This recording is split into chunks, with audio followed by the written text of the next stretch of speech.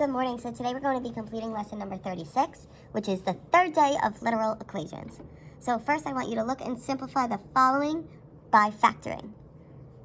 So if we look at 5x squared minus 2x, the first form of factoring we always look for is GCF. And I notice here I have a GCF of x.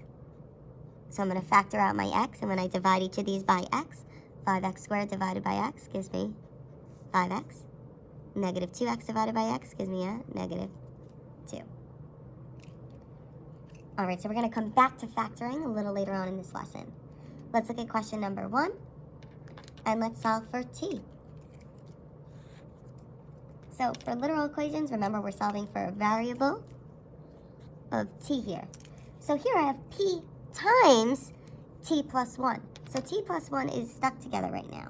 So p times t plus 1 is multiplication. So the opposite of that would be to divide.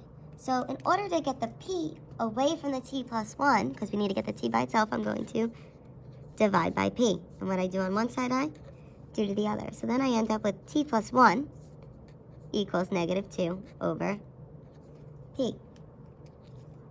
So now I still need to solve to get the t by itself. I know the plus 1 is in the way, so the opposite of plus 1 would be 2 minus 1. And what I do on one side, I do to the other.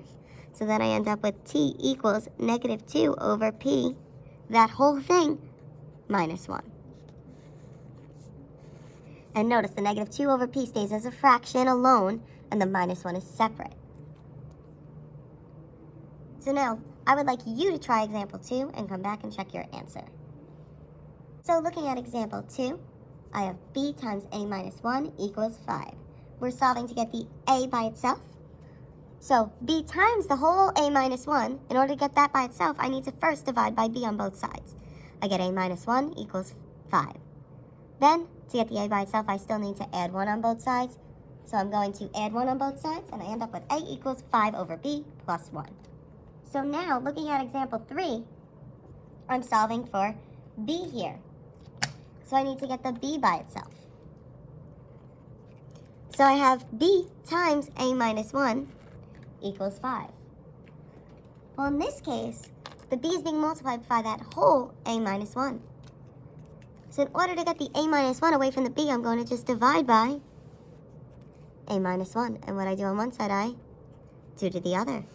So those will cancel out or divide out there, and I end up with b equals 5 over the whole a minus 1, and my b is alone. Now, looking at example 4, we have ax plus bx equals c. We want to solve for x.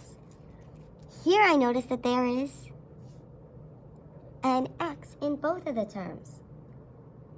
But I can't combine them because ax and bx don't have the exact same variables, so they're not like terms.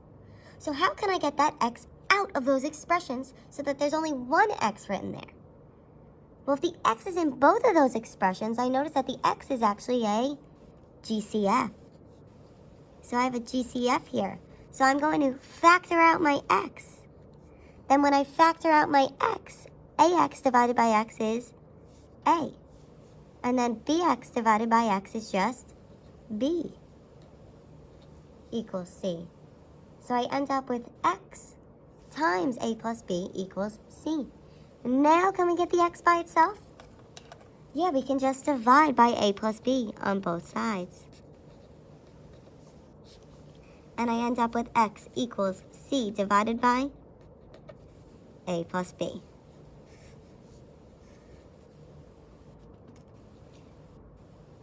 So let's look at the next one, number 5. We have nq minus mq equals s. We're solving for q here.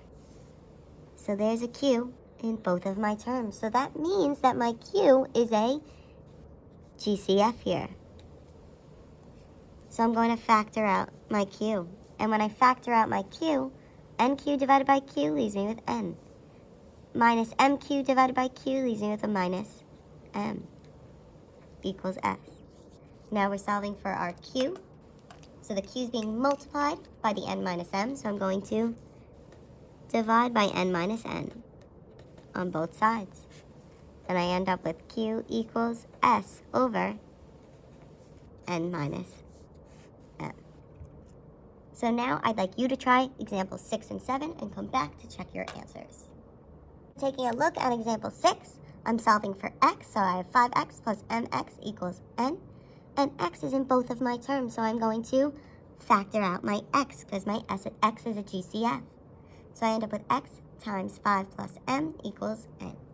Then I need to divide by the 5 plus m on both sides, and I get x equals n over 5 plus m. For number 7, I need to solve for b, and I notice that b is in both of my expressions, so it's a GCF.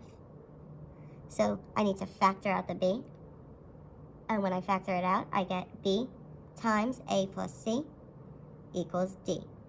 Then to get the b by itself, I need to divide by a plus c on both sides, and I end up with b equals d over a plus c. If you have any questions, please comment on this video and complete practice worksheet number 36.